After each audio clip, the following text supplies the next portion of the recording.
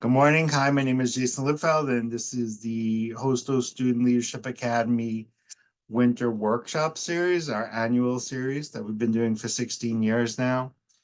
This one's for 2024. So we're trying to kick off the year uh, right with exceptional speakers who are talking about important topics for aspiring leaders or leaders who are looking to hone and develop their skills.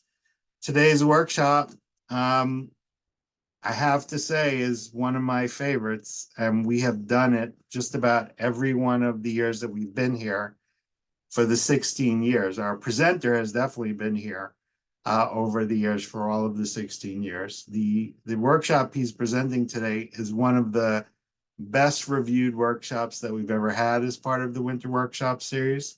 So when you get your evaluation sheets from me by email, please make sure that you do your reviews, because the reason why Shawn is here is because people love the work that they did with him, both in person and virtually over the years. And so this program is going to, I believe, have a great impact on you because it has had an enormous impact on others who came before you. That being said, I want to turn this over to Mr. Shawn Dove with the 7 C's of Deep End Leadership. Welcome, Shawn. Good to see you again. Happy New Year. Happy New Year, Jason, and just thrilled to be with you. And thanks so much for inviting me back. I missed the in-person sessions, right? And 16 years.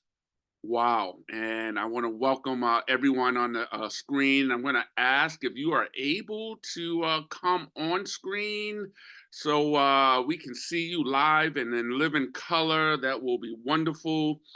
I would appreciate that. And Jason, I want to just thank you because so often as leaders, we need folks to believe in us when we don't believe in ourselves, right? And 16 years ago, I've been doing public speaking, leadership workshops for a while, but you infused in me a sense of confidence and a sense of belief at a time that I really needed it, right? And so much about leadership development, and we'll be talking about this during our time today. It's like, what are the stories that we are telling ourselves, right? So let me just say, this is less of a workshop and more like a fireside chat. You all may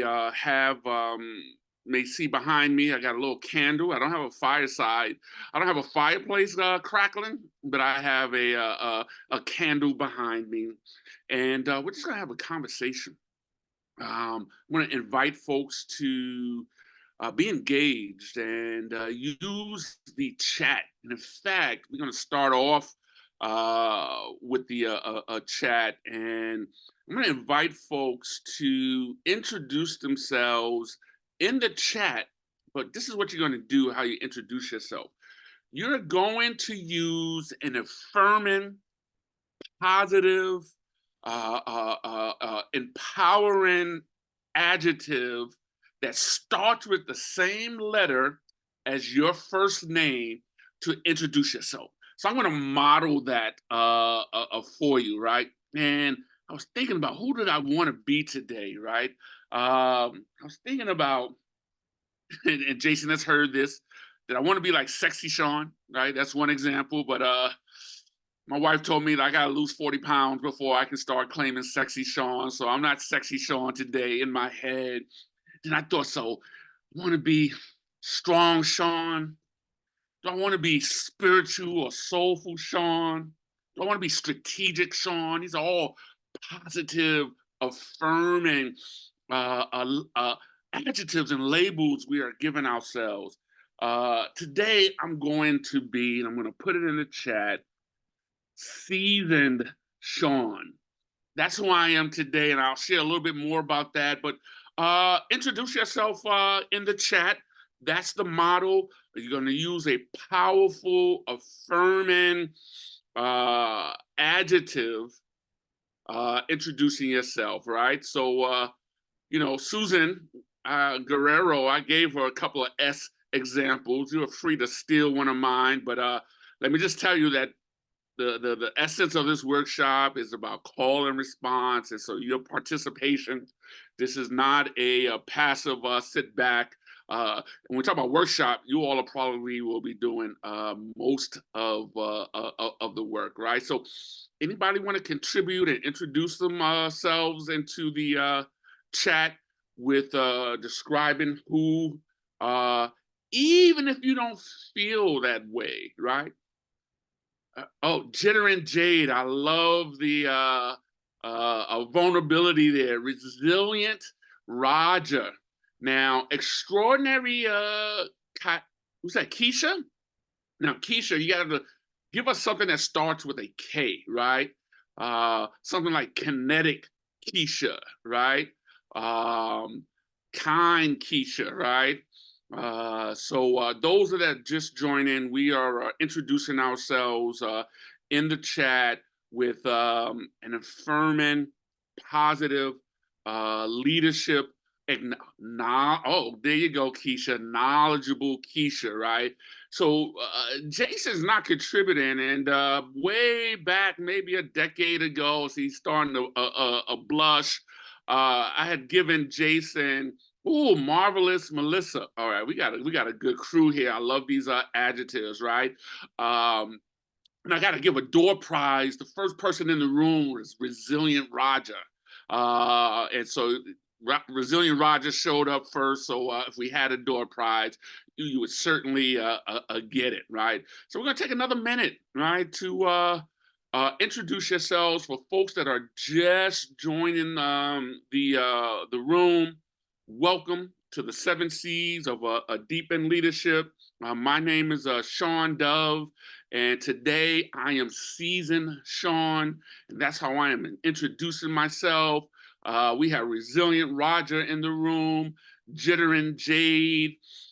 We have knowledgeable Keisha, and you all feel free to jump off mute and correct me if I'm mispronouncing any names. And we have marvelous Melissa, right? And let me tell you, and feel free to introduce yourself along the way, why I invite leaders and even myself, right? Because Jason didn't, I think you guys got my bio, right? I've been around the block a few times, I've done a few things, and I just want to say that I'm not like a big shot, right? I just got some mileage and some runway, right? There's a leadership motivational speaker named Zig Ziglar, the late Zig Ziglar. He said something, he says, I'm not a big shot, right? He said the only difference between a big shot and a little shot is that the big shot was a little shot that just kept on shooting, right? And that speaks to resiliency, right, Roger? So I want to continue to invite folks to introduce themselves into the chat. And let me tell you why I gave seasoned Shawn. So much about leadership is the story that we tell ourselves. What's the leadership story that we tell ourselves? So much about leadership is about our self-awareness. And I'll talk about later, right, the importance of having an executive coach, mentors, and even a therapist in our lives for being a really emergent leader. Because leadership is hard, right? And we too often tell ourselves a story about, instead of seasoned Shawn, stupid Shawn, slow Shawn, simple Shawn. I don't know about you, but sometimes I have this self-talk that says, you're not that great, right? And so it's really important that we tell ourselves and a story that's affirming. And I picked season, Shawn, because I'm in like the third act of my leadership journey, right? And I'm going to show you a video in a second that kind of depicts the first two acts of my leadership journey. Just recently turned 61, and as a part of my story and my self-talk will tell me or tries to tell me, Shawn, you're over the hill. You're not the child prodigy that you used to be. You're old, you're slowing down. And I'm like, no, I rebuke that. The story that I'm telling, no, I'm not old. I'm an elder, right? And not only am I an elder, I am seasoned Shawn. And so that's the adjective that I'm using today. That I have so much seasoning, I have so much wisdom, and I want to share some of that wisdom today. And I want to bring in, and I didn't come alone. I've brought some mentors with me. I stand on the shoulders of so many of my ancestors when I talk about the 7 C's of deep in leadership. One of my mentors, Susan L. Taylor, from Essence Magazine, the founder of CARES Mentoring Movement. Many years ago, Susan L. Taylor said to me, well, she didn't say just to me, she said it to, it was about 600 people in the room. But sometimes you'll show up to some place and you'll hear something, and no matter how many people are in the room, you're like, that's exactly for me. And what Susan L. Taylor said, the essence of success is that you have to show up fit, focused, organized, disciplined, and with the plan. So I want to thank you for showing up, right? Grateful for you for showing up, right? And for grateful that Jason has given me the opportunity. There were some people that wanted to be here today and they didn't show up, right? I use an analogy, right? You got to show up to the plate, you know, and take a swing in order to get a hit, right? You got to show up for the exam in order to take the test. So I thank you for showing up, and I'm grateful for you. And if you didn't want to put in and introduce yourself, um, with a adjective like seasoned Shawn or marvelous Melissa or knowledgeable Keisha, put in the chat, what are you grateful for today? I woke up, right? People ask me, how you doing? I said, I woke up. I have a uncle that's 2 years, was 2 years younger than me. Monday, he passed away, right? Um, at 59, he had a heart attack and he was in ICU. So I'm grateful that I'm here today, right? So put in the chat what you're grateful for today. And as we are, okay, there we go. Grateful for this workshop. The black milk tea I'm making. All right, Jade. All right. Hopefully that black tea is going to help you with the jittering, Jade. And I love that. And vulnerability and us letting us know, because so many times as leaders, we think we got to say, I'm good, I'm all right. I've been doing this workshop for almost 16 years. I've been speaking for decades, and I'm always nervous, right? So, Jittery Jade, I'm jittery with you as well, right? So, you're not jittery alone, right? Marvelous Melissa is grateful for the life she has and her family. Cynthia, right, for the life that she has and her family. And we got Raquel, and you all like Raquel, Cynthia. You guys gotta let me know. Are you courageous, Cynthia? Are you rambunctious or royal, Raquel? Let me know what your adjectives are. And Raquel is grateful for breath and for life, right? And I'm so glad that so many of you have said that, because there are some people that did not make it into 2024. It seems like at the end of the year, there's like a lot of deaths, right? And so we are here. And the fact that you are here means you have a leadership calling that has not yet been fulfilled, or that you're still fulfilling, right? So we're going to do a test here, and we're going to have a video, right, that I want to show that, I have a friend and colleague, Travian Shorters, that says that we lead the lives based on the stories we tell ourselves, right? And I keep a journal, and I'm a writer. I've published so many things over my life. And I want to show a piece of my story, and let's see if give me some thumbs up in the chat if it comes through. We're gonna give it a shot, and let's see here. We are the iconic leaders It's Shawn. that we've been waiting for. We are the curators of the change we're seeking to see. Black male achievement is about the potential, beauty, and humanity of every single Black boy that's born in the United States. At our core, American values are about equality, opportunity. Roger, give me a thumbs democracy, up if you can hear it. and in each of those values, Black men and boys have suffered greatly. We cannot say that we have succeeded as a country when an entire demographic continues to fail by little fault of their own.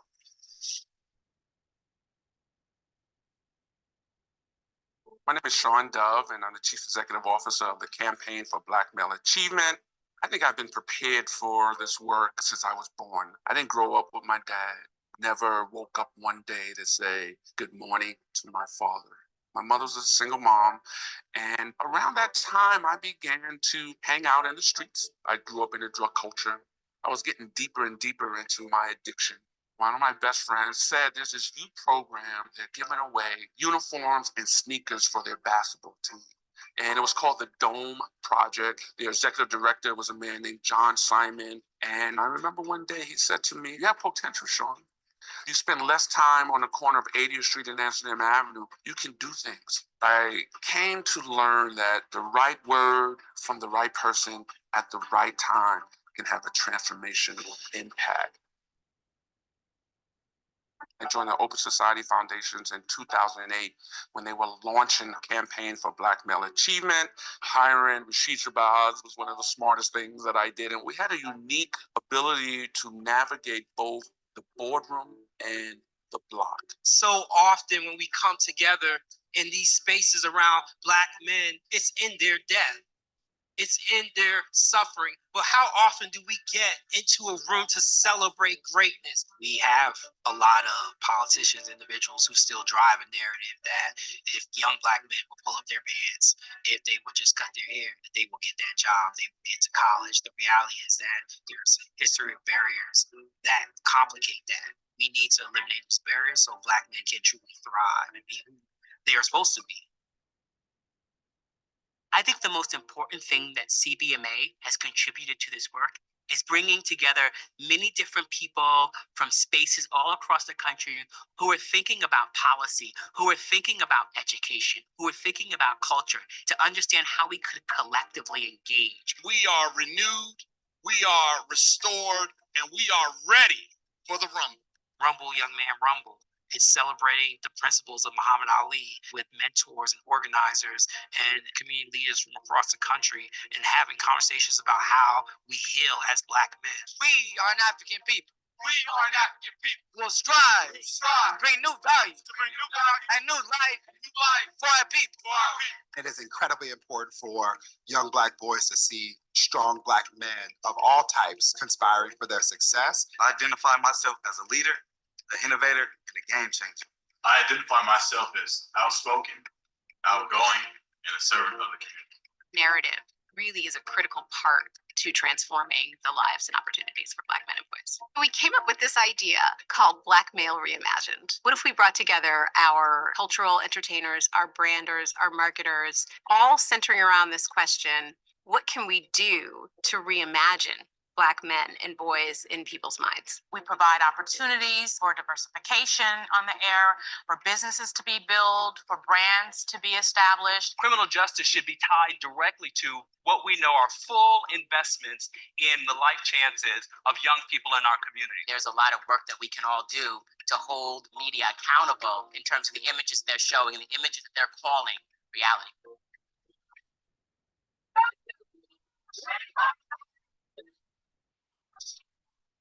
We are united. We are standing. And we are going to fight this fight together.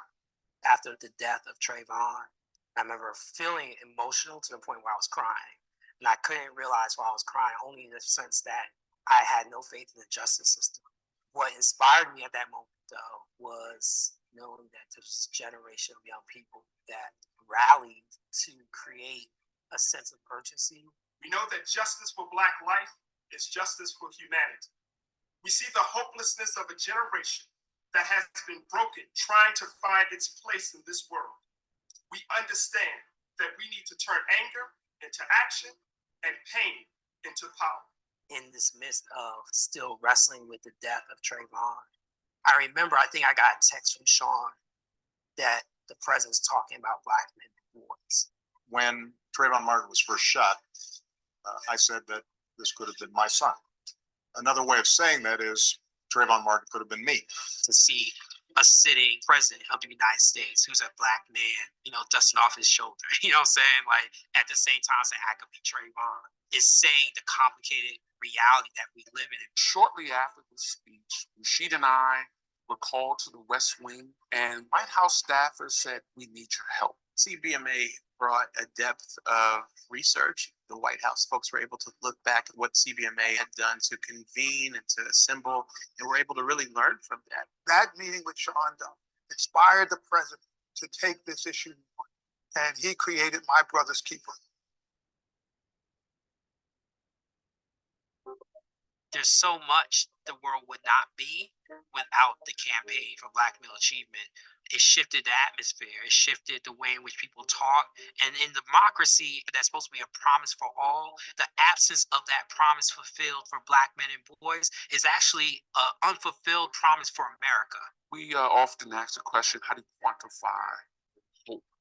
For someone to believe in you before you even believe in yourself, there is hope. In the end, this is about making sure that all of the people in America have an equal opportunity to be successful and lead lives where they reach their full potential.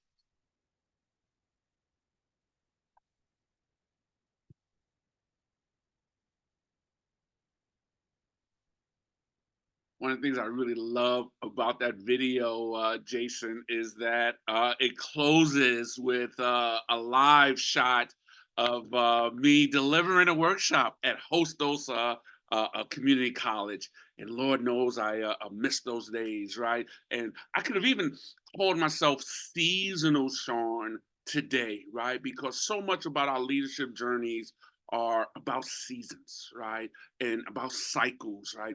And I wanted to share that video, just one, to share a little bit of my story, right? But two, to just let folks know that I've entered a new season, a new act in my leadership journey, which I'm calling the my third act, right? And this is a 3-act play, and so much of my leadership journey and my act is doing what I am doing right now, sharing and pouring into other leaders, right? And a couple things that like stuck out for me in just watching that video, right? One, that all the accolades and all that I've done, at the end of the day, the bottom line of my bio is the most important bio line, is that I'm, married to my divine mate, Desiree, right? That has been putting up with me for the last 30 years. And that I am the proud papa of Nia, Maya, Cameron, and Caleb, my adulting children. Something else that stuck out to me in that video was hearing one of the young leaders say, in response to Trayvon Martin's death, right, that they were taking anger and turning it into action, and taking their pain and turning it into purpose, and using leadership to shift the atmosphere, right? So we're going to get started. I'm encouraging folks to use the chat. I'm going to be bouncing around, and I see some thumbs up. I might call on somebody like Keisha to maybe be the person, like my assistant, to bring voice to the chat, right? Or anyone that wants to be bring voice to the chat, because so much of today and the time we have together is not so much about me imparting information. I have so much to learn from you. It is my belief that each and every one of you that are on the screen could do a leadership masterclass. There is somebody that's coming up behind you a younger person, or even your peers, that you don't get to be in this room. You don't get to be invited into the Leadership Academy workshop without being a leader already. So do know that I'm not doing anything special that you can't be doing. Okay, so wanted just to lift up this. Let me close my. Oh, no, no. All right, and I'm gonna ask for grace. I'm trying to close my chat box that's blocking me. How do I get this down? How do I get out of the chat? All right. How do I close the chat? Oh, there we go. So we are all still coming out of the pandemic, right? And let me just say, I work so much better in person. I'm still trying to get this virtual thing down. And I think that one of the things, and like that, I use the pandemic as an intermission season between my second and third act. And we hear so many people talking about in their leadership journeys, the pandemic is over. And yeah, in some ways, but people are still dealing with COVID, but we're still recovering. And one of the things that helped me through the pandemic was this quote from the Indian novelist Arundhati Roy. And she wrote that historically, pandemics have forced humans to break with the past and imagine their world anew. This one is no different. It is a portal, a gateway between one world and the next. And my question to each and every one of you on this workshop today, this fireside chat, is how over the last few years, from the pandemic, it's impacted so many people. We lost loved ones. How has it been a portal for you into a new and different world? How are you as a leader imagining your world anew? One of my favorite leadership sayings is, there is no cavalry coming to save the day in our communities. We are the iconic leaders that we have been waiting for, curators of the change we're seeking to see.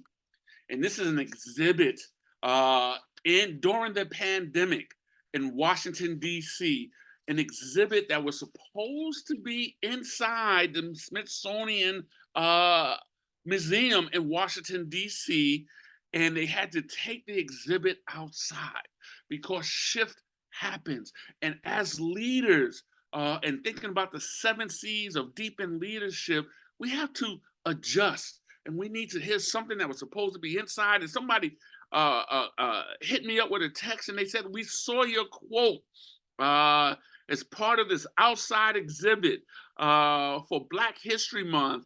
And they sent me this picture. And I was like, wow, they have me up here with Sojourner Truth, right? And yes, my quote there is no cavalry coming to save the day. They didn't say the whole thing, that we're the iconic leaders that we've been waiting for. But Sojourner Truth's quote, right? I stand on her shoulders as well as many other ancestors. I am for keeping the thing going while things are stirring. Because if we wait till it is still, it will take a great while to get it going. And I brought a few other folks with me besides Sojourner Truth. I'm a poet, I'm a writer. So I'm standing on the shoulders of one of my favorite poets and writers is Langston Hughes. During the pandemic, I published my book, I Too Am America, on loving and leading Black men and boys. And inside the book, I have, we borrowed from Langston Hughes's famous poem, I Too, that he wrote in 1926 during the Harlem Renaissance. And Langston Hughes wrote, I too sing America. I am the darker brother. They send me to eat in the kitchen when company comes, but I laugh and eat well and grow strong. Tomorrow I'll be at the table when company comes. Nobody dare say to me, eat in the kitchen, then, besides, they'll see how beautiful I am and be ashamed. I too am America.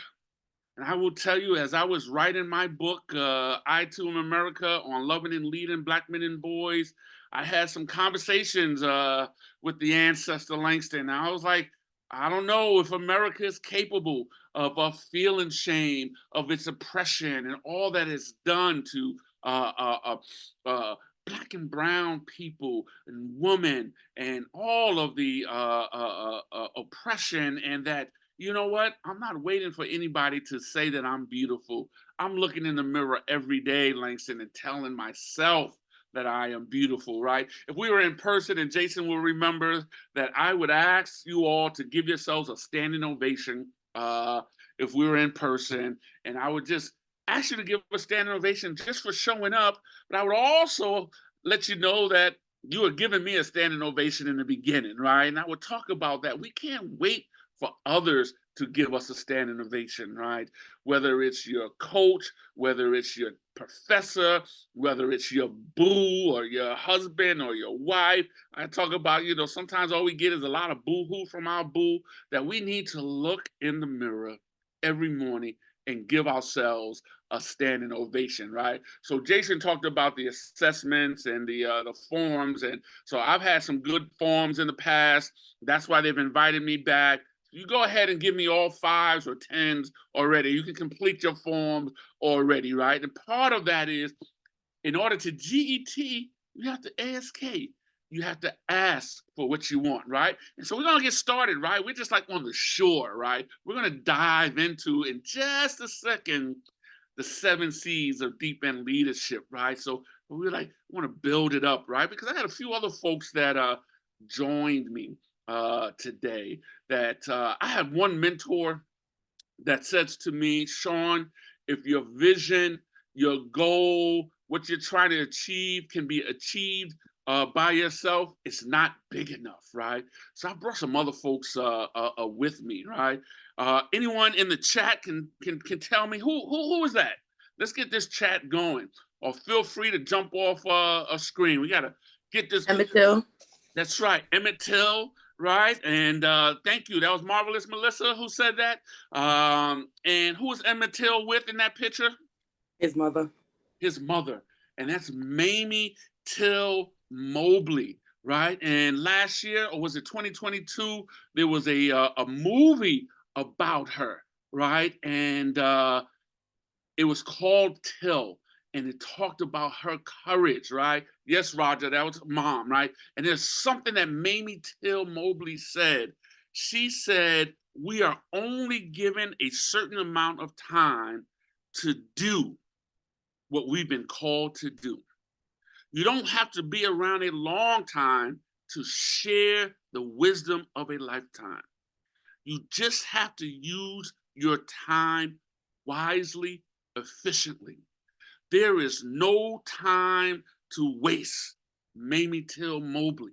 So she's with me. The spirit of Emmett Till is with me. One of my leadership mantras is that tomorrow is not guaranteed. So stop stalling on your calling and just dive in. Tomorrow is not guaranteed. I also brought, who can tell me who this is? Anybody? Who know that beautiful face? That is Bell Hooks, activist, writer. We share a birthday, September 25th. And one of my leadership mantras is love, learn, lead. On my tombstone will be love, learn, lead. That's my mantra. That's my hashtag. And so I'm emanating love, learn, lead in all that I do. That is like my calling. I am downstairs in the basement of my home in New Jersey, but I'm calling it the Love, Learn, Lead Lounge. And this is what Bell Hooks said about love. The transformative power of love is the foundation of all meaningful social change. Without love, our lives are without meaning. Love is the heart of the matter. When all else has fallen away, love sustains. Bell Hooks in her book, All About Love. So I'm challenging each and every one of you to one, lead with love and start with that person in the mirror and learning to love that person in the mirror, learning to love that leader in the mirror, right? That's all preparation for navigating the 7 C's of deep end leadership. And I also brought my hero, Muhammad Ali, with me. And Muhammad Ali says, right, and this is an iconic picture of Muhammad Ali knocking out Sonny Liston in 1965. And Muhammad Ali was my first hero. And one of his quotes is, "He who is not courageous enough to take risks will accomplish nothing in life." Let me repeat that. He who is not courageous enough to take risks will accomplish nothing in life. And that's an iconic picture of the champ standing over Sonny Liston, victorious. And people love that picture when they think about Ali, right? They just like, wow, that's so victorious. But I will, the audio cut out for me. I will, okay. Shaquina, I see that. I'm checking the chat every once in a while. But for me, and Resilient Roger will be able to relate to this, for me, this is the most iconic picture of Muhammad Ali. This is the fight of the century, 1971, March 5th, 1971, before most of you probably were born. The fight of the century, Muhammad Ali, one of my reasons why he's my hero, because he stood up for his beliefs. He said he was not going to fight in the Vietnam War. And the United States government stripped him of his ability to make a living with boxing. And he took it to the Supreme Court. This is his third fight after being reinstated, the fight of the century against Joe Frazier. And this is the 15th round. And this is Muhammad Ali going down after a left hook that his ancestors must have felt in Africa. And the thing about this picture, while I like it more, there's 2 ways we can look at it, right? Here's one picture of Muhammad Ali. Here's another picture of Muhammad Ali. Both stories, right? This is his victorious story. And some may say that this might be his fail and fallen story. But the thing about Muhammad Ali in this picture is that he got up. He was resilient. He had every reason to stay down, right?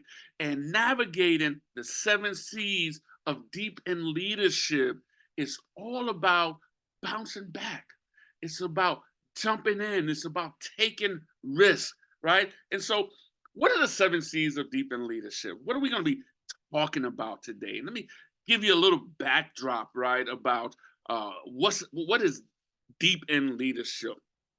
And I use a metaphor of swimming and navigating deep waters. Right? And I talk about how most swim students or anyone that's ventured into waters above their heads, for that matter, will recall that awful feeling in their stomach that scream, "Oh my God, I am deep in, and this water is above my head."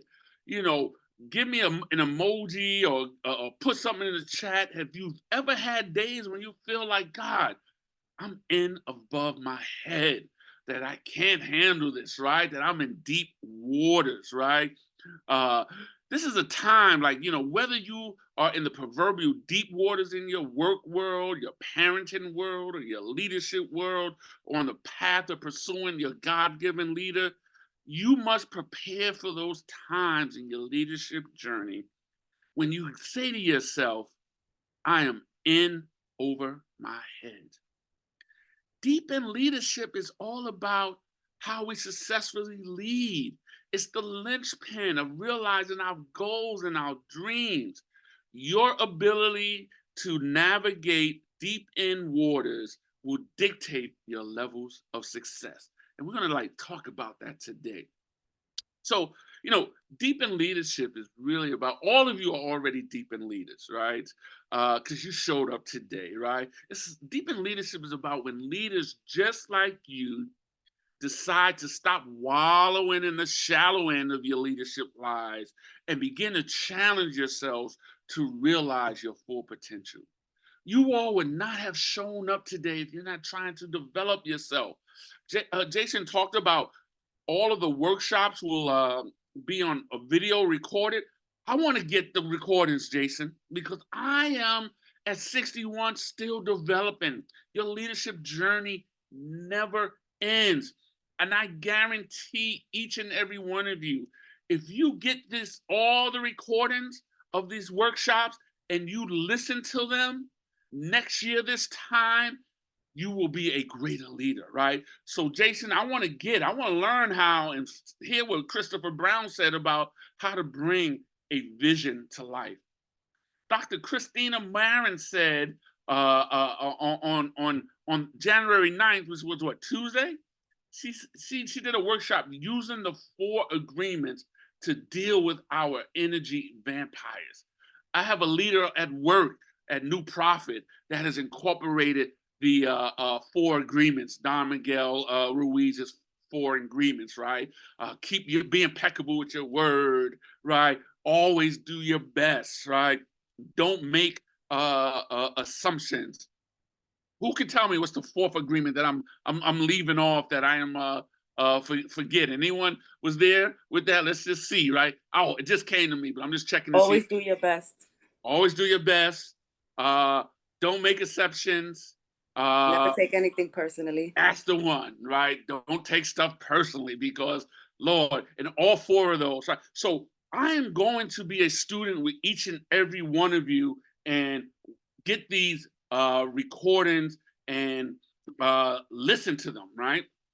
So, and I encourage you to do the same. And so that's what deep in leadership, right? You realize you got to challenge yourself to realize your full potential, right? And let me tell you, and there's nothing wrong about being in the shallow end of your leadership lives. You know, you can make a splash in shallow water, right? You're in the pool. You're in like past the shore, right? You might not be in it over the head, but you can make a splash, right? And let me tell you this, even if you're in the shallow end of your leadership journey, you're ahead of 90% of the population because 90% of the population are frozen on the water's edge. 90% of the population are those folks like, why are you getting up early on a Thursday morning and going to this leadership journey? 90% of the population is, why are you going back to a school? Why are you going to CUNY? You know, it's over for you. Why are you trying to better yourself? Most people are not even in the water. They're on the sidelines criticizing folks just like me and you, right? They won't even stick a big toe. So, you know, deep in leadership is when you decide to dive or wade into areas that move you out of your comfort zone as a leader, right? You cannot go into deep and lead waters without feeling uncomfortable, butterflies in your stomach, right? What I'm doing today is my calling, but your calling will be inconvenient. You'll have butterflies. You'll be like scared to do it, right? So every time I speak, I get butterflies. And that allows me not to depend on myself, right? To pray, to meditate, right? So I encourage you to do things that like scare you. We're going to talk about that because that's one of the C's, right? And how we deal with it. I can tell you from experience that you will not increase your influence as a leader or realize your dreams by staying in the shallow end of life, right? You have to wade, sometimes dive into the deep end of your leadership life where the risks are, the greater rewards are.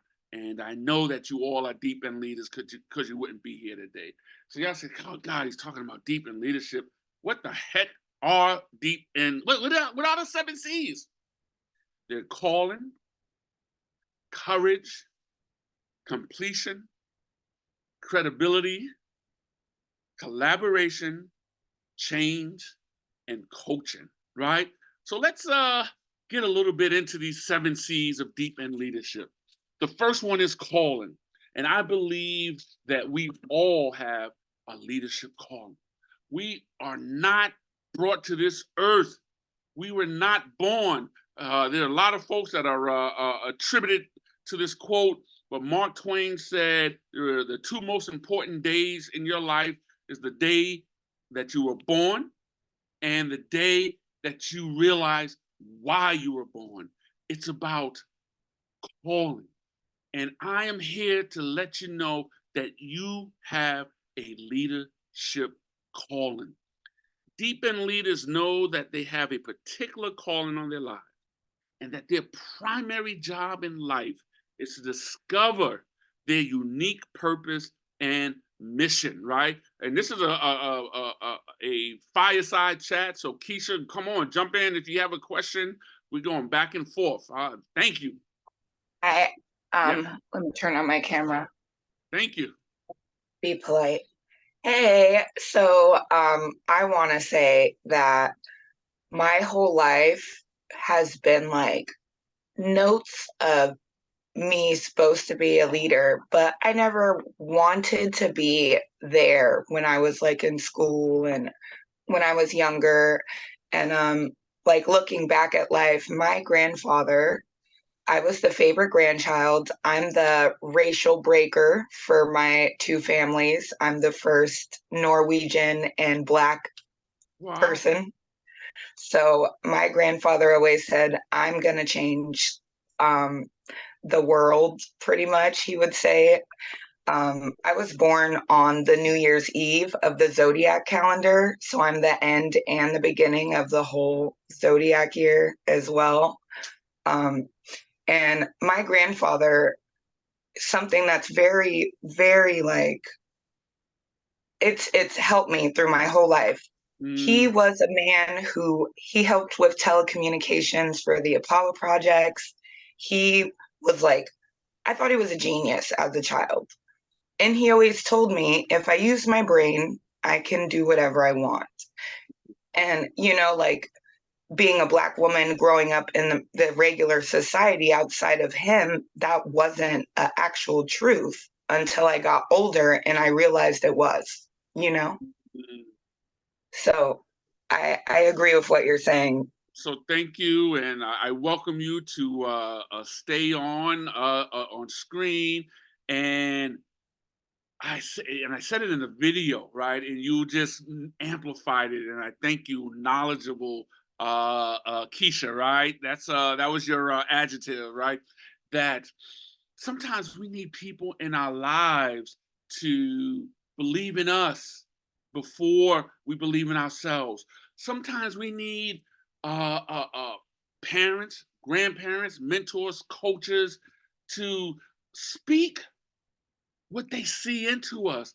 And so your grandfather saw that you had a leadership calling and spoke that into your life. So thank you for sharing that. And that's what this workshop, I encourage folks to model with what Keisha just did. She raised a hand.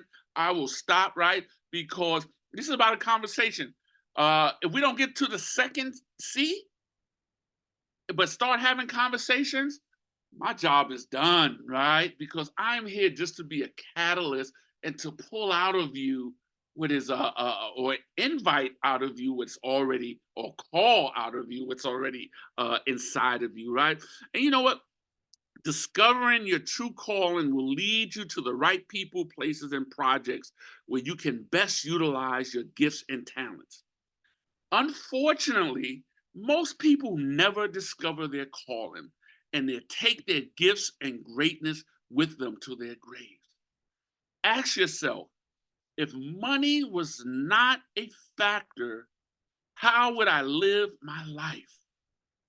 What would you do for free because you love it so much? And that's not a rhetorical question. I want everybody, how many people we got on here? Let me, okay, I don't want to mess up my screen and jump out. I want folks, and Keisha, we're going to come to you after we take a minute for folks to reflect, because so much of leadership journey is about reflection. Deep end leaders keep journals, right? Now, we'll be talking about that. Deep end leaders find, oh, there you go. Deep end leaders find time to be alone and in solitude and to reflect, right? My mantra for 2024 is do less, be more in 2024, right? And so I'm just the mindfulness.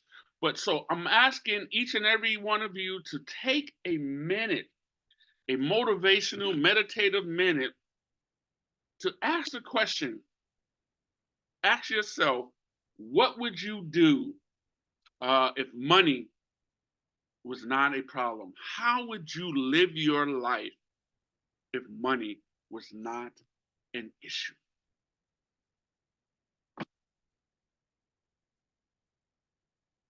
And at the same time, I want you to think about, if you're taking notes or put it in the chat, write down, what are you good at? Ooh, okay, we got Jade, learn all sorts of crafts and sorts of fabrics, okay?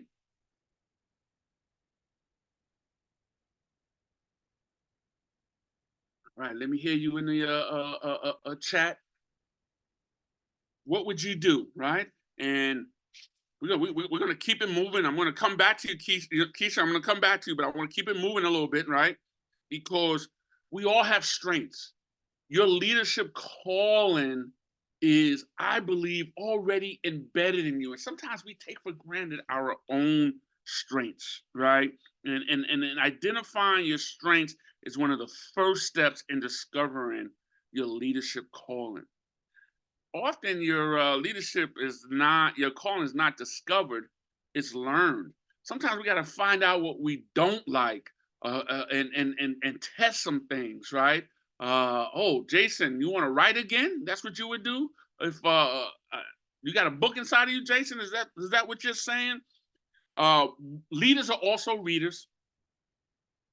A book that I would encourage each and every one of you to read, write this down, and some of you, I'm sure, have probably already read it, is The Alchemist by Paulo Coelho. And that book talks about following your North Star. Follow, it says, wherever your treasure is, that's where your heart is. It's a great story. So calling, right? I am here to tell each and every one of you, whether you know it or not, and I think some of you already do know what your calling is, that's the number one C.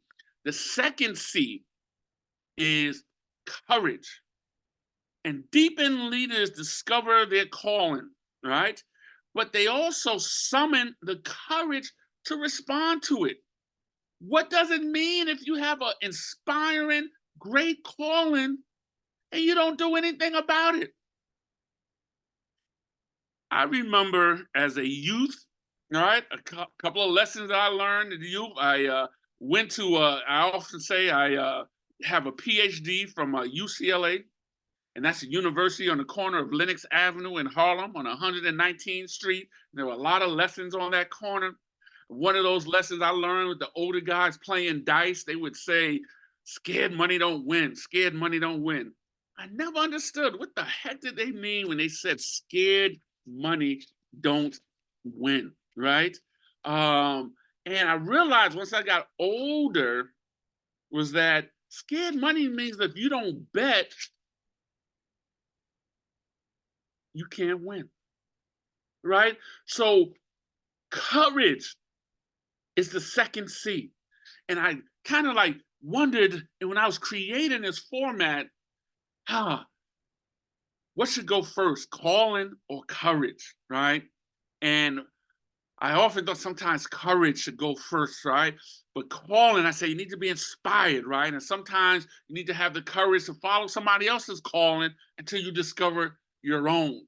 But I tell you, I'm like there's a part of me that says, Shawn, you're scared, Shawn, right? That there are a lot of days that I have to do it. I feel the fear and do it anyway. And the question to yourself is, what would you do if you were 10 times bolder? And we all have this high diving board in our lives. Very quickly, I learned how to swim when I was 6 years old.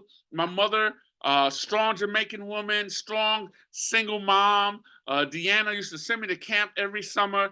And it was at Dominican camp in Poughkeepsie, New York, where I learned how to swim. And in this pool, Olympic-sized pool, in the deep end were 3 diving boards. 2 diving boards on the side were regulation diving boards, but in the middle was the high diving board. That first summer at 6 years old, I learned how to swim, right? And I saw kids jumping off the high diving board. At 6 years old, I jumped off the regular diving board, right? I was swimming in the deep end, even though it was over my head because I learned how to swim. And I said, you know what? Next summer, I'll jump off the high diving board. Guess what? Next summer came and went, and I was scared. I was like, I can't do it. It's too high, right? Third summer, I saw kids that came after me getting on that high diving board and jumping.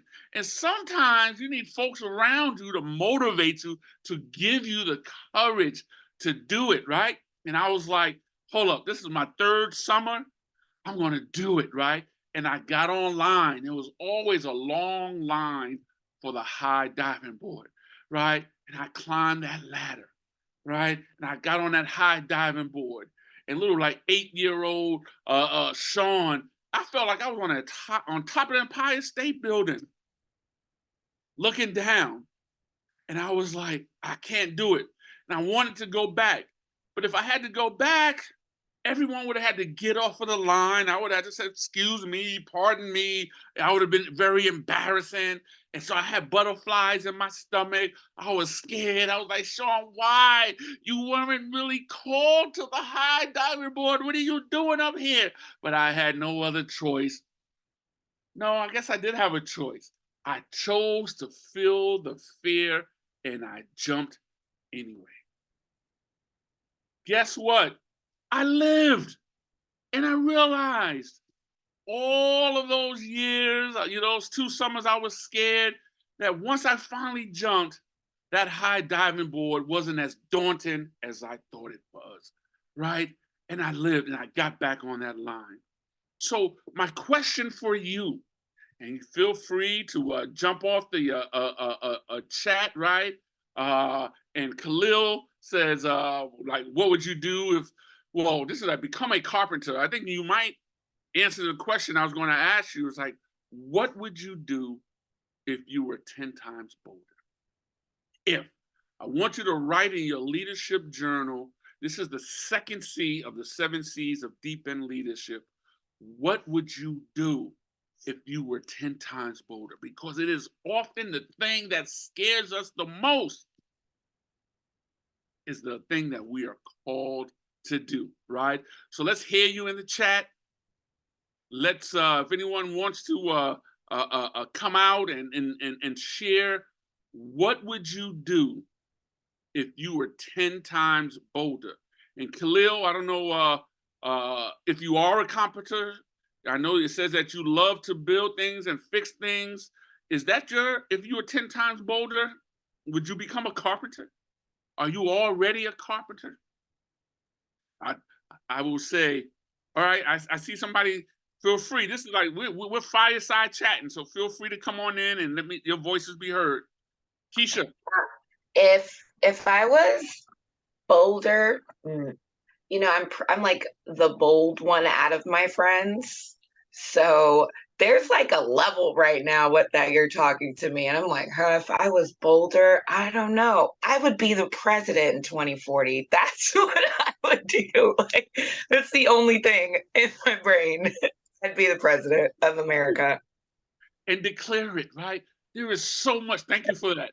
And one of my leadership mantras is be careful what you declare because it just might appear, right? And we're going to be talking about what you just shared. And you said 2040, right? 2040, right?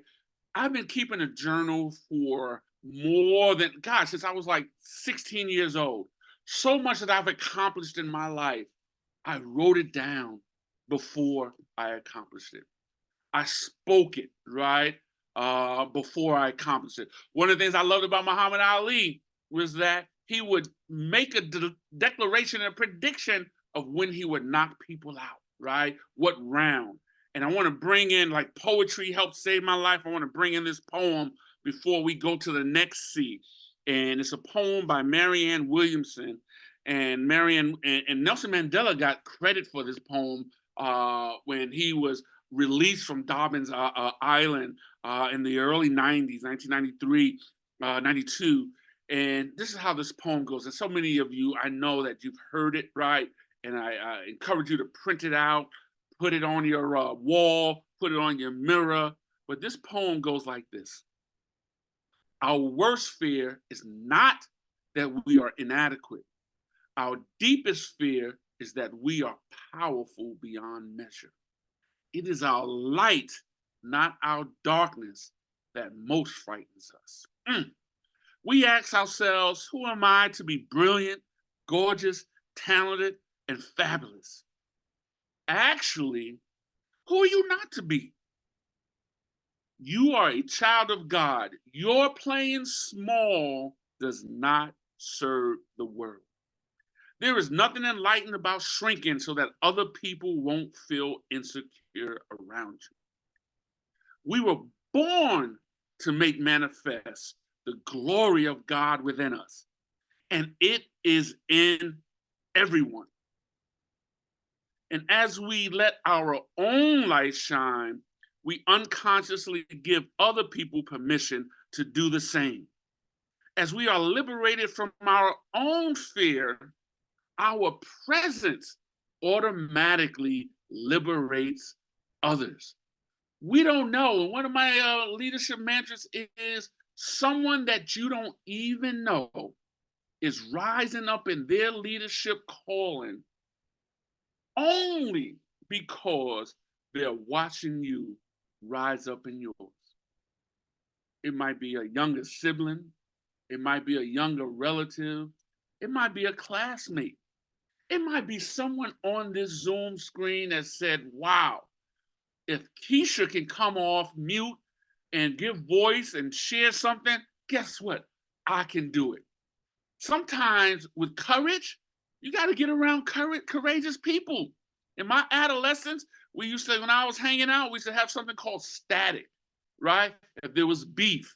And depending who I was with and who was on the corner that day, there was some days I was more ready for static than others. With Big Lenny and Squeaky and Big Mike were on the corner, I was down for some static because I knew that they could fight, right? And I'm like, yeah, let's go, let's go.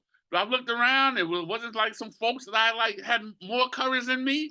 I was like, oh, maybe today is not a good day for a static, right? So the first C is calling. You are called to deep end leadership. Everybody has a leadership calling. If you don't know what it is, ask people, what do you see me doing? Sometimes we take our strengths for granted. The second C is courage. You can have a great calling, but it don't mean a damn thing if you don't have the courage to dive in. You might be called into the deep end, but you have to have the courage to dive in. Or be around some people that will push you into the deep end, right? And so the third C is completion. Stephen Covey in his classic leadership book, right? I said leaders are readers, right? Classic leadership book, The 7 Habits of Highly Effective People, says we must begin with the end in mind. Deep end leaders constantly ask themselves, what does success look like? They write vision statements for the goals and projects that come out of their callings. in the last 15, 20 years, vision boards have become very popular. People make a bunch of money doing workshops, helping people to create vision boards. Lord, I believe that too. I have stuff all around me in my leadership lounge and images of like, sometimes you have to see it before you believe it. I believe you have to write it down, right? They write, deepen leaders with a sense of completion, they write vision statements for the goals and projects that come out of their callings. Completion also means that leaders like you stay the course. They persist. They're resilient like Roger and refuse to quit before completing the process. Most of all, deepened leaders have arrived at a level of self-acceptance where they believe that just for today, they are complete as human beings. Yes, we all got some growing to do, but sometimes we focus too much on our flaws and not what we have that's favoring us. I like to say we are infinitely more favored than we are flawed. But my day and my leadership life depends on, what am I focusing on, Shawn? My flaws or my favor, right? Or my strengths, right? And so deepened leaders have this sense of completion that, you know what? I have everything I already need in possession, right? And so a homework assignment is this. And Keisha, if I can, I'm going to use you as an example, because Keisha said, whoa, that's right. I believe you, good friend, you do need a book, right? Oh, Roger, finishing what you start, right? That is one of my things. Completion and finishing what I start. And some of you might be like me and saying yes, yes, yes to too many things. People pleasing. I'm a recovering people pleaser. Learning to say no because I feel like I'm running out of time. Shawn, stop starting things and not finishing them. So Raja, thanks for bringing that in. But this is your assignment, your homework assignment. Deepened leaders keep journals, right? So if you are not already keeping a journal, I want you to start one. And tonight, in your place, or I don't know if it's in your house, a library, or find a place where you're comfortable, you feel creative, you feel spiritual. You might want to bring a glass of wine with you and light a candle. That's as far as I'm going to go with any outside stimulation. And I want you to, in your journal, on the top page, in the heading, I want you to write down this date, January 11th, 2025. Now I want you to spend, after you've done your meditation, after you've said your prayer, I want you to spend 30 minutes writing down what your life will look like and be like 1 year from today. Next year, this time. That's what this sense of completion is about. Businesses have business plans. Why shouldn't you, right? Why shouldn't Marvelous Melissa Incorporated have a business plan, right? And so I want you to write that down. And that's what completion is all about. Seeing the end at the beginning. And it's also, having persistence, right? And knocking and knocking and knocking. I will say this, right? With completion, several years ago, I said earlier, I really believe in executive coaching. I had an executive coach. We're not working today like we used to work together, but he took me through this leadership assignment and he had me write my eulogy. And I was like, what? Write my eulogy? What kind of crazy nonsense is that? He said, trust me, write your eulogy.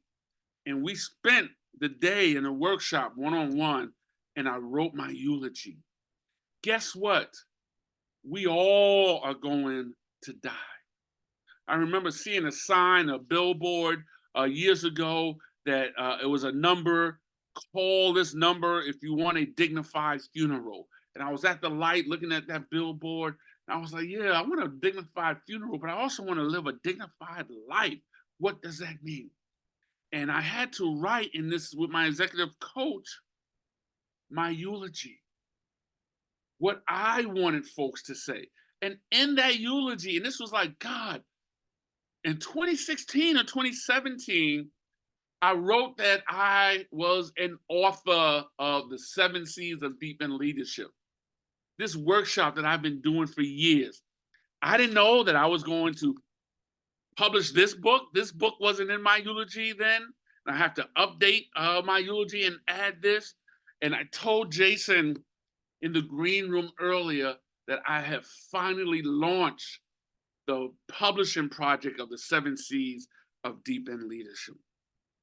I will tell you this, that you, and I said earlier, your two most important days is one, the day that you were born, and two, the second most important day, realizing the day that you realize why you were born.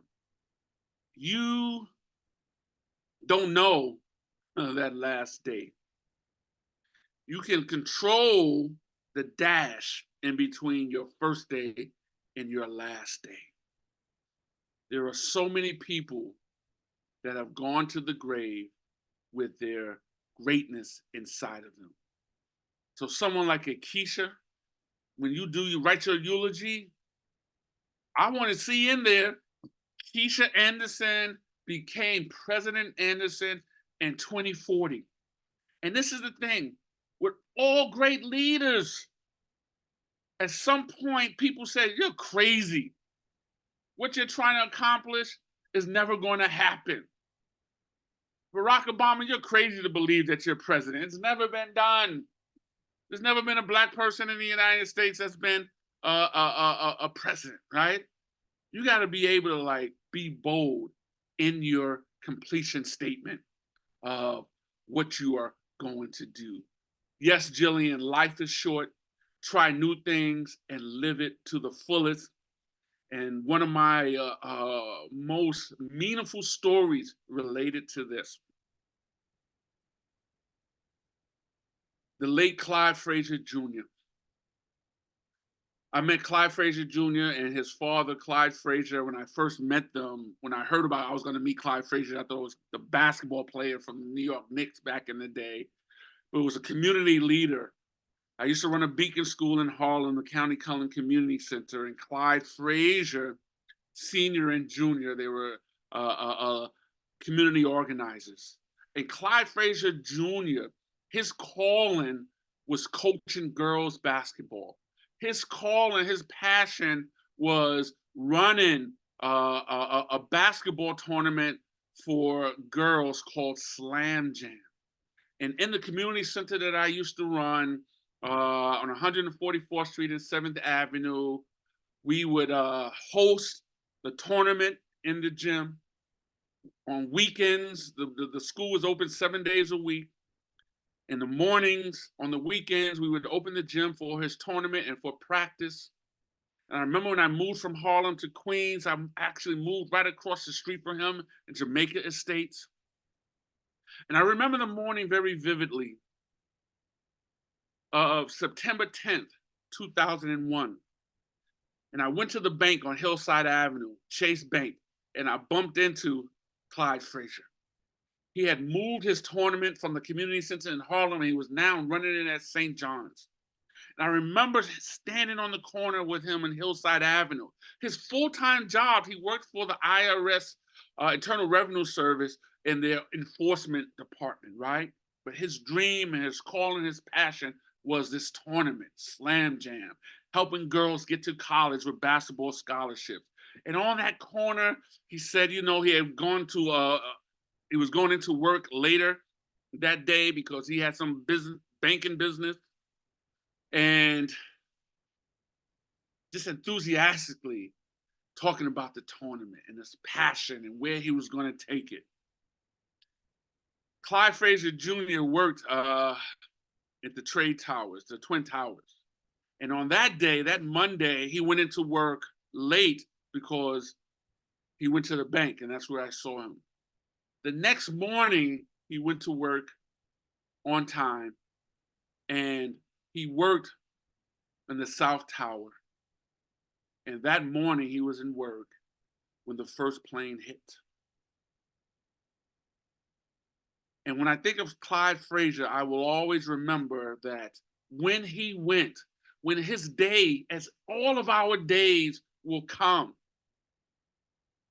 when his day came, he was living his calling, he was living his passion, right? And so I challenge each and every one of you to do that, right? Because we're all going to be in a box, just like we see right here. So write your eulogy, write what it will look like, right? So courage, calling is the first C. Courage is the second C. Talk about Double Dutch, right? On that corner in UCLA, the University on the corner of Lenox Avenue. Double Dutch, for those of you that know and have seen Double Dutch, there's a little rocking before you jump into the rope, right? So many of us, we got the Double Dutch rock, but we never jump in, right? You got to have the courage to jump, to dive in. Feel the fear and do it anyway. The third C, once you have that courage, envision what the end looks like. Write down, write the business plan, write your eulogy, write your 2025 statement, write, Keisha, your 2040 vision, what it looks like on the day of you being sworn in, right? There's always, Melissa, hesitation at first. And we talk ourselves out of so much. We don't have to forget about those that are telling us we can't do it. Other people, how about how we talk ourselves out of things, right?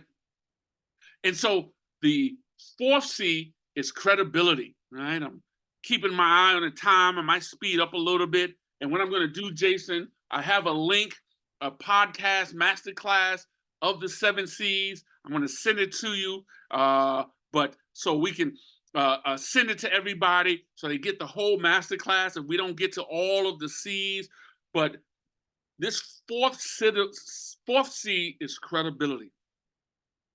Credibility has to do with trust. Credibility has to deal with your values. It has to deal with your reputation. What do people say about you and who you are? What does your reputation convey about your leadership competencies and capabilities?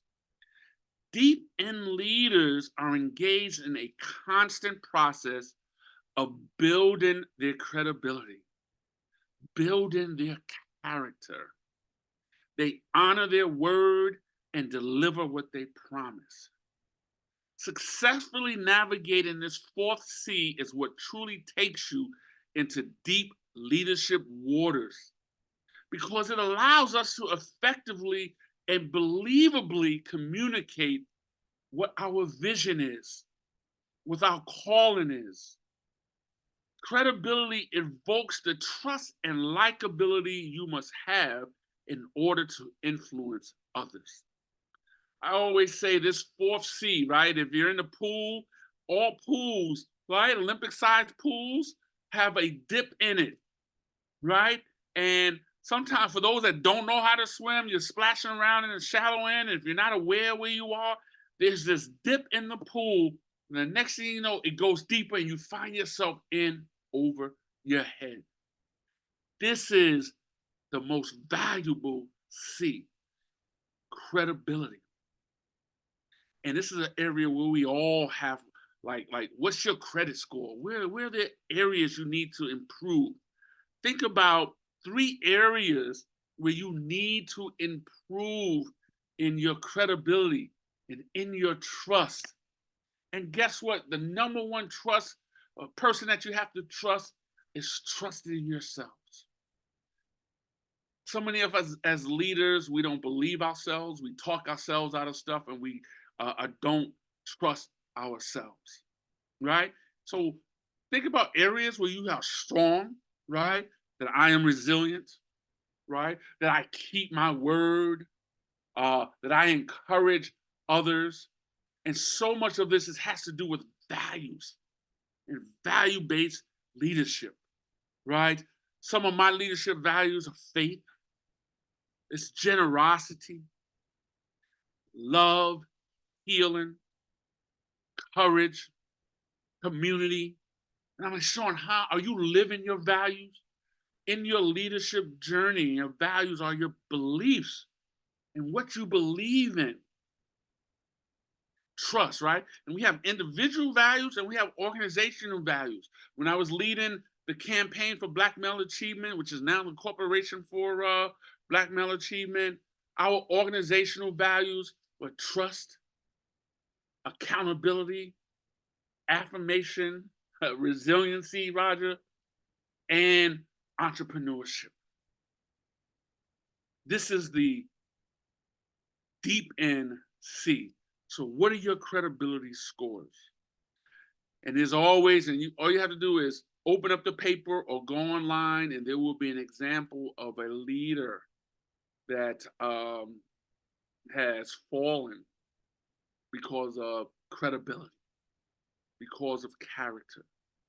And I often say sometimes it's not the money. If it's not the money, it's the honey.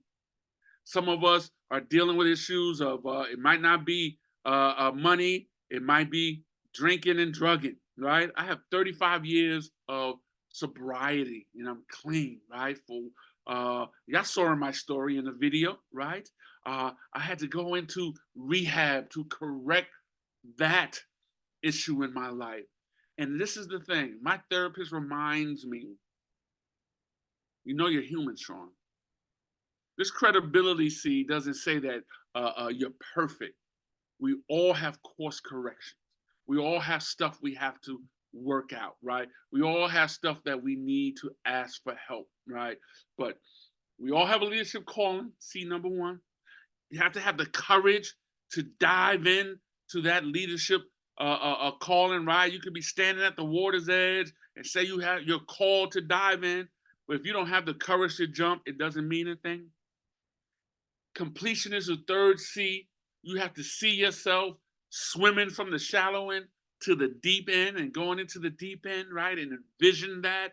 And sometimes you just got to write it down. You got to have somebody maybe say, and I see you doing this. And then the fourth C is credibility, which has to do with character, trust. And look, it leads right into the fifth C, which is collaboration. And we collaborate with people that we trust. If you don't have any credibility, guess what? There's going to be very little collaboration in your life. You can possess an inspiring calling. You can have all the courage you want. You can be big and bad and bold. You can be this visionary and have this sense of completion in your life and have this sense of credibility and trust. But if you don't have teammates, but if you don't have strategic partners, you will only go so far. I said earlier in this a fireside chat, I had a mentor, Angela Glover Blackwell, who says, if your goal can be done by yourself, it is not big enough. If your goal is just to bake a cake, you can do that in your kitchen, right? But if your goal is to open up a bakery, if your goal is to compete with Entenmann's or Betty Crocker or whatever Hostess, whatever cupcake brand, guess what? You're gonna need a team. You're gonna need others with you, right? And that is the fifth C of collaboration. Dream work takes teamwork. And you need folks that trust you, right? And Jillian has a question in here. What if those people don't want to collaborate because they've done things their way so long and aren't used to having a co-worker? Great question, right? And some of this with collaboration, with building trust, is asking questions. Sometimes people that have a chip on their shoulder, putting them in a position to take a bow. You will always be in positions in work and in life where there are people that are reluctant to collaborate, right? And part of like that trust piece and building trust is asking questions, right? Some people have been hurt in the past. They've trusted others and they haven't collaborated. Sometimes with collaboration, it's asking questions, right? And asking for advice. So Jillian, that person who is used to doing it their way, asking them to tell a story of like, oh, you've done it this way. Have there been ways that it hasn't worked out? And engaging them to tell their story. And one of the things that with collaboration that I love is I think about the parable of the talents, of the remix of that, right? One of the descriptions I was going to say earlier was servant Shawn, because leadership is really about being a servant. It's not about you. It's about your students. When I think about a servant leadership, I definitely think about Juicy Jason and his commitment and his passion. Over the last 16 years, I've watched him just diligently make sure that there's this space for students, not just Hostos now, but CUNY students to come into this space, and how compassionate he is. That's servant leadership, right? It's serving your employees. It's serving your customers. It's not about us as leader. So like servant Shawn. So here today, it's really about, and it might be just one of you that I have been in service for, right? That's what, but I often think about the remix of the parable of the three servants. And I'll quickly share, like, it's a very popular, it's Matthew 14, 25, chapter 14, Matthew 5, 14. Is it Matthew 5? No, Matthew 14 in the Bible. And the parable goes like this. A landowner, master, was going on a far journey. And before he left for his journey, he entrusted 3 of his servants with talents, right? He gave one servant 5 talents. He gave another servant 2 talents. And then he gave another servant 1 talent, right? And then he went off on his journey, right? And the servant with the 5 talents, he went and to the marketplace and he doubled his talents, right? The servant with the 2 talents went and did the same and doubled her 2 talents. The servant with the 1 talent, and he said that each got talent according to their ability, right? But put in a challenge. What did the person with the 1 talent do? What did that person do with their talent? Put it in the chat. Right? That servant was scared and buried their talent. And as the parable goes, when the master of the vineyard came back, the servant with 5 talents said, "This is what I've done." And the master said, "Well done, my good and faithful servant. You were faithful over a little. Now I will make you master over much." Second servant, it was the same thing. "This is what I've done. I doubled the 2 talents that you have given me." But that scared servant said, "Master, I was afraid. I knew that you were a hard man and that you gathered where you have not sown. And I buried your talent and here it's back to you." And the master was upset. And the master said, "You could have at least put my talent in the bank where I could have gotten interest." And that one servant that was scared was punished, and his one talent, they took it away from him and gave it to the one that had 5 and doubled it. Now he had 10. And I always used to think about the remix of that story. What if the servant with the 5 talents went and found the servant with the 2 talents, and they said, let's go find that 1 talent servant, help that servant dig up that 1 talent, right? Come together and form 3 servants incorporated. And when the master come back, they would all be blessed. This collaboration thing is, we cannot do what needs to be done by ourselves. Collaboration, deep in leadership, requires asking for help. Asking for help and vulnerability is woven through all 7 of these C's. Keisha said that she was like the bold one in her group. Sometimes we have to ask for help and hang with bold people and hang with courageous people. And it's like, can I be with your courageous crew and see how you do it, and let some of that courage rub off? And asking for help.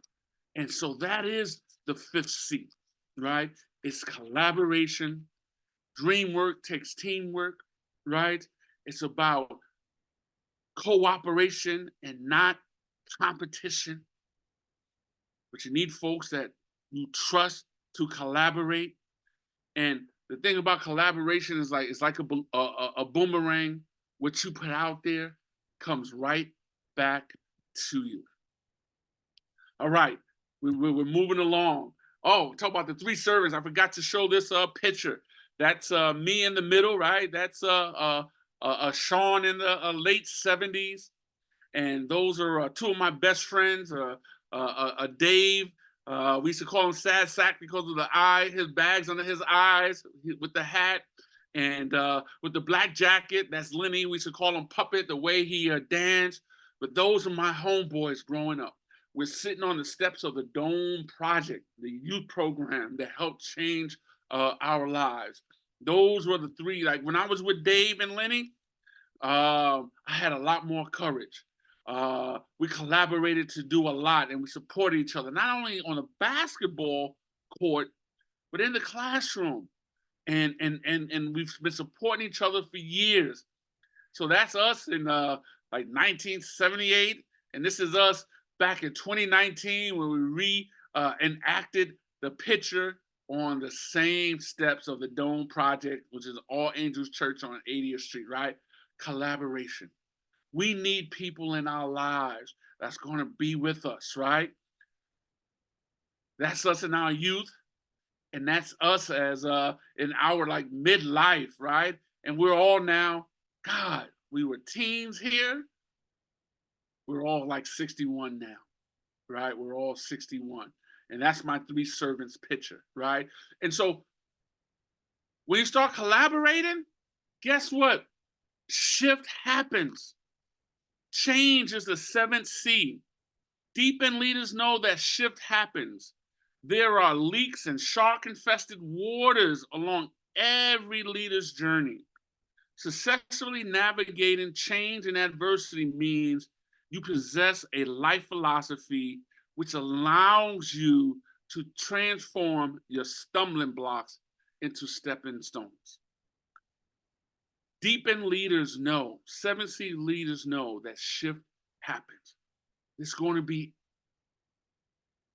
adversarial scenarios. You have to be resilient like a Roger.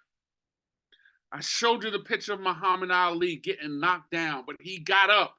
He lost that fight, but he came back and he beat Joe Frazier 2 more times in rematches. It's not how far you fall, it's how high you bounce. Each and every one of you in this workshop, in this fireside chat, you have stories of resiliency. You have stories of bouncing back from adversity. You would not be in this room. You would not be the 7C leader.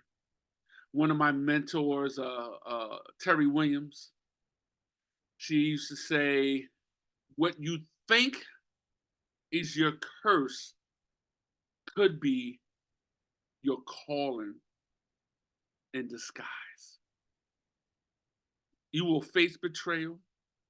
You will face disappointment. It's inevitable. That's why you need a team around you. That's why I said when I started this fireside chat, you need mentors, you need coaches, you need therapists. There is nothing wrong with therapy. Every Thursday at 4 o'clock, I am in therapy to help me process when shift happens. You know that you are in a deep in leadership situation when you face adversarial scenarios. We heard the young person in the beginning in the video say that we have to turn our anger into action and our pain into purpose. That's the change. And that C could also be chaos. It could also be crisis, right? And we know that crisis also in the Chinese language and characters, crisis and opportunity are the same language. And when we closed the campaign for Black Male Achievement, I thought I failed. That was the story I was telling myself. And I had to say, hold up, Shawn.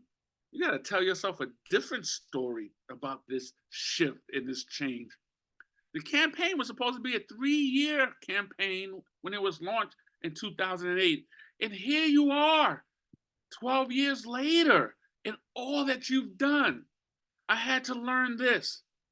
If you can reframe your failure, you can reframe your future. Bouncing back from adversity. Do I have a volunteer that can tell a 2-minute story of how you have handled adversity and how you have bounced back, and that how it wasn't how far you fell, it was how high you bounced?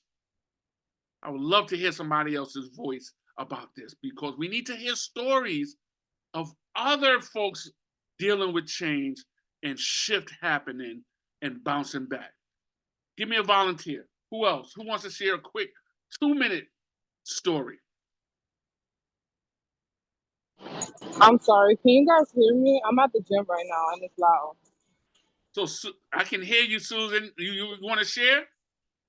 I'll share real quick because I haven't really done much. So basically with me, I've always been a giving person, and I used to take family into consideration a lot. But it taught me that I was giving up too much of myself and I was cutting myself short. So it was the hardest thing to have to learn how to step back and tell myself, like, if you can help out, then fine. But if you can't, don't go out your way, because I started noticing that people were getting comfortable with me always being the yes person. So anytime somebody would come to me and ask me, can you do this, can you do that, I was always saying yes. So I just have to learn how to start saying no. And it's been a challenge, but it's been making me feel way better. I started coming to the gym, working out, and just getting more in tune with myself. Woo! I love that, Susan. I'm gonna give you like studious Susan on that one, because what you brought into the fireside chat today, this morning, is setting boundaries. We have to set boundaries. And change, where does change begin? It begins with that leader in the mirror, right? We all have some stuff about us, right? That we have to change. And if we are the same person that we were a year ago, if we're the same person that we were 5 years ago and we haven't changed, we're not growing. And it's so much about staying like it's boundaries. And I love the example you gave because I can relate to it so many times, because as a recovering pleaser, Susan, so many times I would say yes when I wanted to say no, right? And somebody said to me, you got to be willing to disappoint others because you keep disappointing yourself at the sake of disappointing others. What did that poem say, right? Why shrink so others don't feel uncomfortable around you? So thank you, Susan, for lifting up that boundaries, right? And that takes some vulnerability. So deepen leaders, trust me. If you don't believe me, all of you, you have a leadership calling. You would not be in this workshop, fireside chat, if you didn't. Not only that, you wouldn't have been born. You were born with a leadership calling, and your job is to find out what that leadership calling is. And as you discover that leadership calling, right? And there's separate, different phases. I talked about different chapters and different acts of our leadership journey and our different seasons. It's going to require courage. Muhammad Ali said, those who don't have enough courage to take risk in life won't accomplish anything. You can have a calling, but you have to have the courage. You're going to have fear. I'm not saying you have to be fearless. I don't buy into this whole fearlessness. You have to do stuff feeling the fear anyway, right? Right. And so completion is the third C, having an end in mind, writing out what your calling looks like, completed. The fourth C is credibility and us dealing with our character. That's the dip in the pool and deep in leadership, building our trust of ourselves and others. The fifth C is collaboration, that reminds us that dream work takes teamwork, that we have to ask for help. We have to risk trusting others and building a team. And guess what? Once you take the risk of trusting others, somewhere along the lines, people will disappoint you. People will betray you. That's the change. That's the crisis. That's the 6C. Shift happens. But it's not how far you fall. It's how high you bounce. It's not what happens to you. It's the meaning you give it. It's how you respond. That's the change C, right? And the 7C is coaching.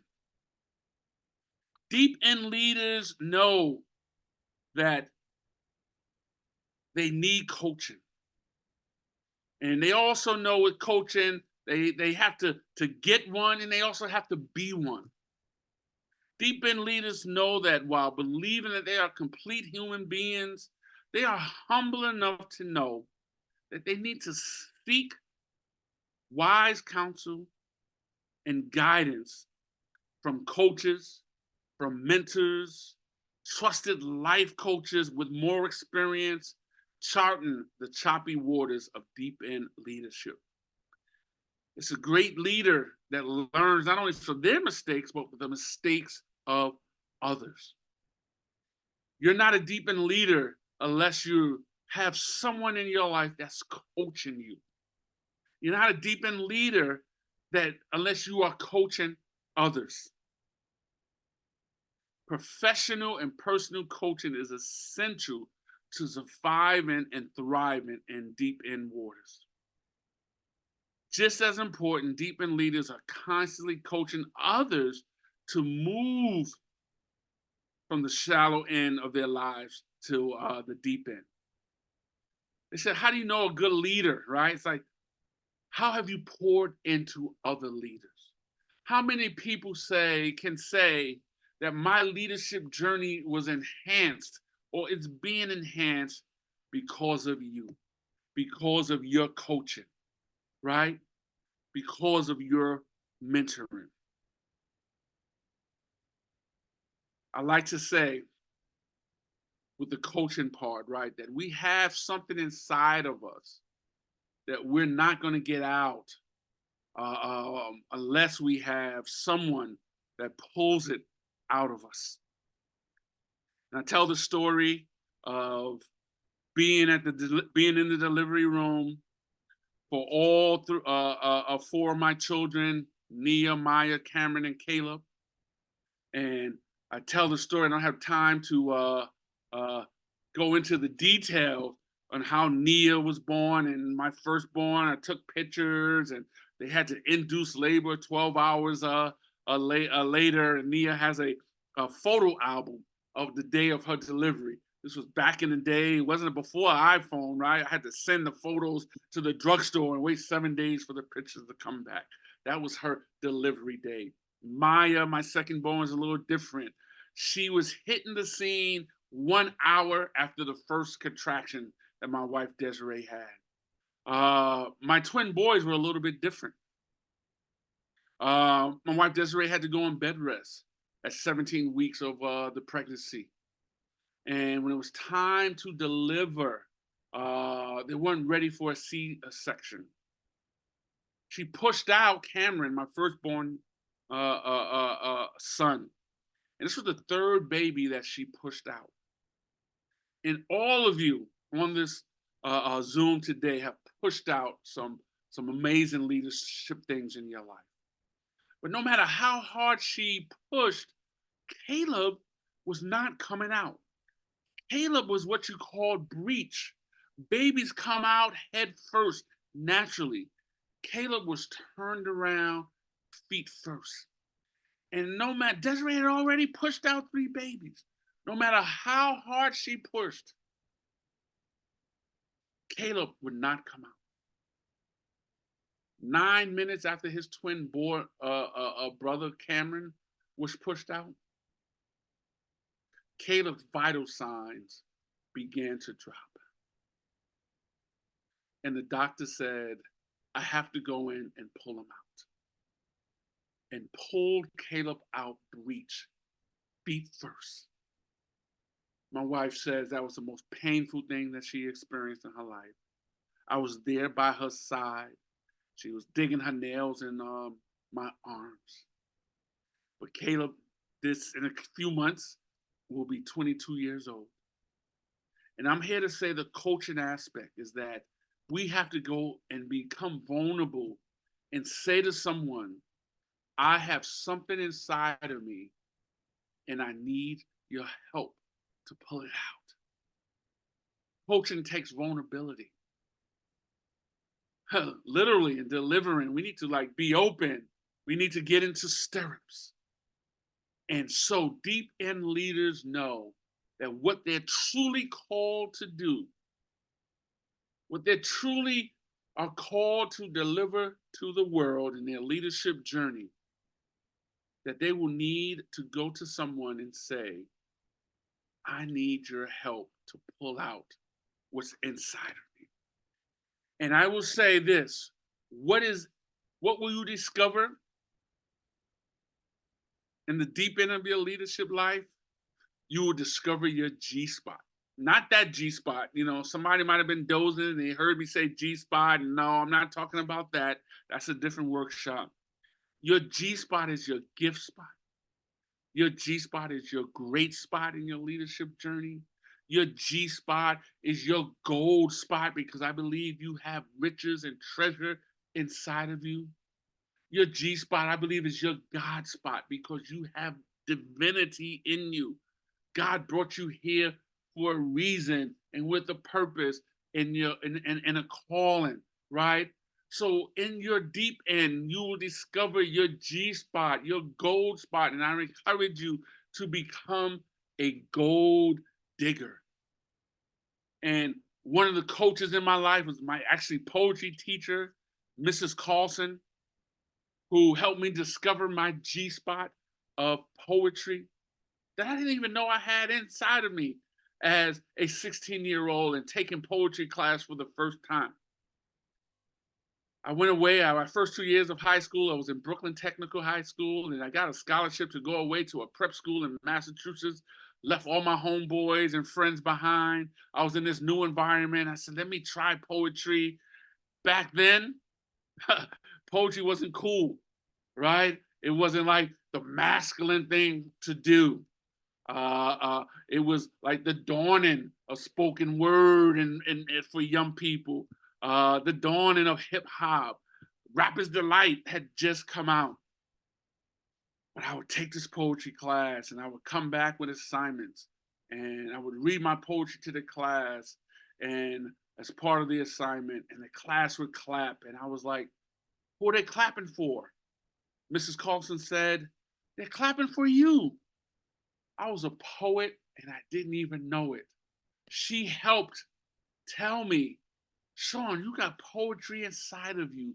And she helped pull out that poetry gold inside of me.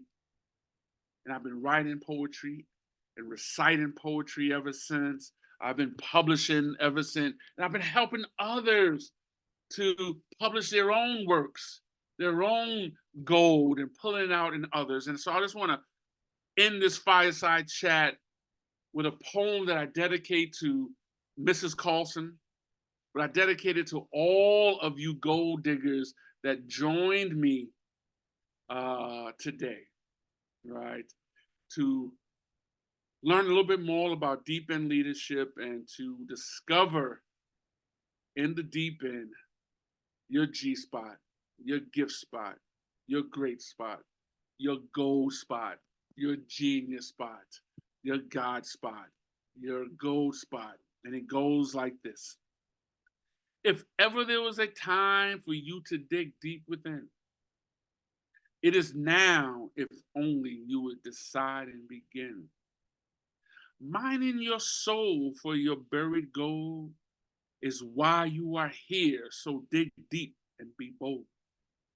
It is your purpose, your life's divine mission. It is your calling, so just get still and listen. And you will hear an oh so sweet sound telling you where your gold can be found. And you'd be wise to not let another moment fly by, as the day will come when you will surely die. Then the question for you will resoundingly be, did you dig deep for your gold for the world to see? Mining your soul for your buried gold is why you are here. So dig deep and be bold. I want to thank each and every one of you gold diggers for showing up today. Your gold and your deep end leadership, your sunken treasures is found in deep end leadership waters. And the 7 C's of deep end leadership are calling, courage, completion, credibility, collaboration, change, and coaching. And my declaration is next year, this time, you will have a book in your hands, the 7 C's of deep end leadership. Thank you. I think we've left about 5 minutes for open mic. Just grateful for today. And thank you, Juicy Jason, for just giving me this platform and the ability and opportunity to just do what I've been called to do. Love you, brother. Thank you, Shawn. I mean, 16 years of, we didn't do this a couple of years, but we've done 7 C's like almost 14 years, I think. And every time we do it, I hear something new. It reaches into me. I take my own notes here and give myself little reminders of what needs to be done. And I think it's a great way to start the year off for all of us, because it gives us a roadmap in a lot of ways to dealing with a lot of the things that we'll face in the journeys that we're on. So thank you for always being willing to do this. Shawn is almost always the first person that I reach out to, because, you know, in the early days, he had actually been coming to Hostos before I was even here, and been working with our group, with groups here at the campus, so that when he was introduced to me and we had our first experience with the Seven Seas, the first 2 years especially, yeah, the impact was great, and it really made a big difference in a lot of the students' lives. And people from back then still, we had a big reunion in the fall. People still talk about Shawn Dove. People still talk about the Seven Seas of Deep End Leadership. And so it means a lot to me. I hope that it touched you all, and made an impact for you. And as Shawn says, we're going to share the information. And as I've said during the course of the week, right? Some of this stuff is not going to sink in right now. It's Thursday morning, whatever it is that's going on in the world, you know, cold air, different things going on. But there'll be a moment when you're just gonna reach back and remember one of these seven C's or two of them, and it's gonna be all right. I know how it fits into my life. So if you got something, if it sunk in today, that's awesome. But if it didn't, know that it will. And so I want to thank you for that. Jason, thank you so much. I just wanted to jump in and, man, just thank you. I can't wait till the book is out and you're gonna be in it. But I have one of the sayings: in order to GET, you have to ASK. So I want to ask, if you're so inspired, this is my Twitter handle. This is my IG handle. For those of you that are online, that's my email address. If you want to email me, Shawn@doveswords.com. I promise I will respond. You might have a question, or may want some online coaching. But if there was something that inspired you, put it on Facebook, put it on Twitter, put it on Instagram, and use the hashtag 7C Leadership 2024. Right? That's the hashtag I'm using today. I've recruited a team of writers that are going to be helping me with the end of each chapter of the 7 C's and contributing. And so that's what I'm asking folks. And you know what? Even if somebody say, you know what, that was boring, that was the worst workshop of the week, post that. That inspired me to get better, right? But make sure you use the hashtag and say, oh God, Shawn was like, oh, that was horrible, it was boring, worst workshop. Use the hashtag and it'll help me get better. But that's my ask of each and every one of you, to post something or email me some feedback. I'll leave it with this. I have actually Shawn's book is right here. I have this one is right here. It's here in my office all the time. So I love it. And it's great. But I'm looking forward to the 7 C's of Deep End Leadership as a book, because you've been talking about that. You're manifesting it, and I'm excited about it. And I'm glad whatever part I play in it, right? I'm excited about it for you. Because I love you, Shawn Dove. You're one of the kindest, most genuine individuals that I've ever met in my entire life. And I remember, let me tell that I only have like a minute, but I'll tell the story. Shawn came and did a regular workshop for us. There was a guy who worked here at the school. His name was Walter. He was a maintenance guy. Walter came in. Walter and I were good friends. We'd see each other, chat, have a little conversation. Walter came in to watch the workshop, and Walter went to Shawn and said, can you mentor me? Can you give me some advice? And Shawn said, absolutely. And this was not a student who was in the classroom. This was not, or somebody who was in a program. This was just a gentleman who worked at the campus, worked really hard, took something from the workshop and really wanted that support. And Shawn said, absolutely. So that should show you the type of individual that he is. He wants to make life better for people. He wants to improve the community. He wants to give back. He wants to always learn and grow, and he wants to bring people along with him. And I think that is the greatest thing that any of us can do. So I try to aspire to do that with all of you and all the other people I come into contact with. But Shawn, you know, I look to you. You are an icon to me. You're one of my North Stars. I'm always trying to aspire to be a leader like you, and I am proud and honored to be your friend. And I truly, truly, truly, every video, every posting that you put out there, the fact that I know people have come to me and said, you know Shawn Dove? And I'm like, I do. And I like, but literally everything that you put out there, even the pictures with your daughters, right? I saw a couple of them in the last couple of weeks, maybe in the last couple of days. I'm an admirer, and I really do love you, and I really do thank you for doing this every year. And I hope all of you who are here today really take this with you and use it in your careers and everything that you do. You've left me speechless. Thank you. I encourage folks to reach out to me. And thank you for your participation in the chats and your voice. Just so appreciated. I can go on, but I'm gonna stop here. And Jason, you just touched me so much. And wow, 16 years, finally, right? It's coming out, and it's coming out today. And this group, I needed this. I don't know how much I inspired you all today, but I wanted to say in closing, I know I got much more out of today than I gave, because a lot's going on in my life and just showing up. And I feel more energized, more hopeful. I think Roger was saying something about hope than I did 2 hours ago. So I thank each and every one of you that showed up today. And I love you.